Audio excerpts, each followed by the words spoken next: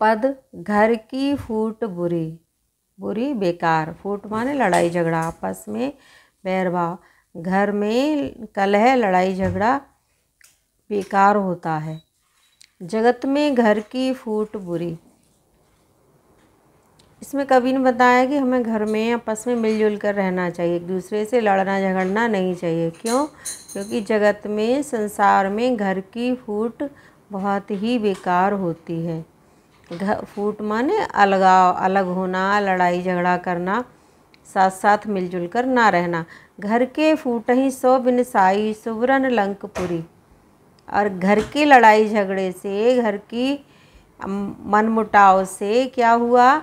सोने की लंका, सुवरन सोने की लंका बिनसाई नष्ट हो गई। फूट ही सो सत कौरव नासे, भारत युद्ध भयो। और आपस के लड़ाई झगड़े से 100 कौरव भी नष्ट हो गए और महाभारत का युद्ध हुआ। इतना विनाशकारी घर का लड़ाई झगड़ा हुआ।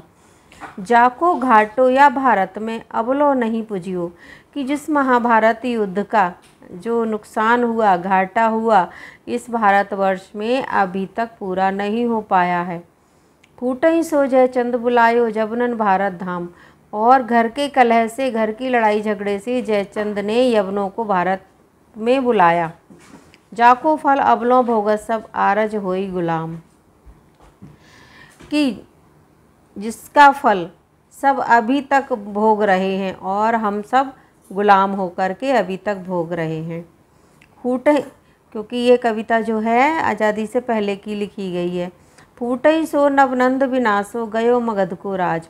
और घर की लड़ाई झगड़े से नवनंद का नाश हुआ और मगध का राज उसको खोना पड़ा। तो इसलिए हमें आपस में भाई भाई के साथ मिलजुल के, हर किसी के साथ, भाई के साथ, दूसरे लोगों के साथ, घर के सभी लोगों के साथ मिलकर रहना चाहिए, नहीं तो नुकसान ही होता है।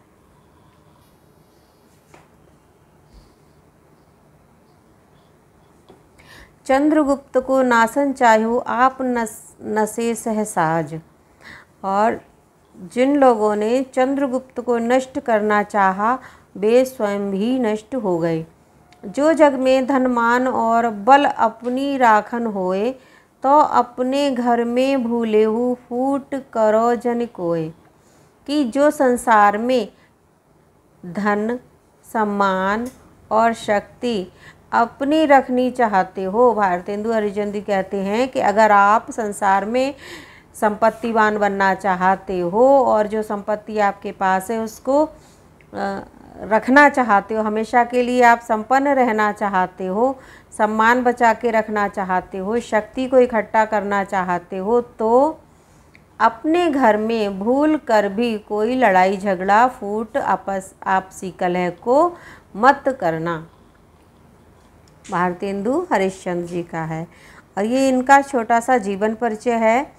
भारतेंदु हरिश्चंद्र जी का जन्म 9 सितंबर सन 1850 ईस्वी को वाराणसी में हुआ था। भारतेंदु जी ने निबंध, नाटक, कविता आदि की रचना की। इन्हें हिंदी साहित्य के आधुनिक काल का जन्मदाता कहा जाता है। इनकी प्रसिद्ध रचनाएं प्रेम माधुरी, प्रेम फुलवारी, उत्तरार्ध भक्तमाल हैं। इन्होंने खड़ी बोली में गद्य लिखा और गद्य लिखने के लिए लोगों को उत्साहित किया। ये अनेक भाषाओं के ज्ञाता थे। 35 वर्ष की अल्प आयु में ही 6 जनवरी सन 1885 ईस्वी को इनकी मृत्यु हो गई। इसे भी जानिए। महात्मा गांधी राष्ट्रभाषा की जगह एक हिंदी ही ले सकती है, कोई दूसरी भाषा नहीं। कि हमारी हिंदी भाषा के बारे में महान व्यक्तियों ने क्या क्या कहा है, ये लिखा है। सुमित्रा नंदन पंत ने कहा, हिंदी का भविष्य उज्जवल है, वह विश्व की सांस्कृतिक भाषा होगी। विनोबा भावे, भारत की एकता के लिए आवश्यक है देश की सभी भाषाएं नागरी लिपि अपनाएं। ये बहुत अच्छी बात है। सुभाष चंद्र बोस, प्रांतीय ईर्ष्या देश दूर करने में जितनी सहायता हिंदी प्रचार से मिलेगी उतनी दूसरी चीज़ से नहीं। राजर्षि टंडन, हिंदी राष्ट्रीयता के मूल को सींचती है और दृढ़ करती है। डॉक्टर जाकिर हुसैन। हिंदी की प्रगति से देश की सभी भाषाओं की प्रगति होगी।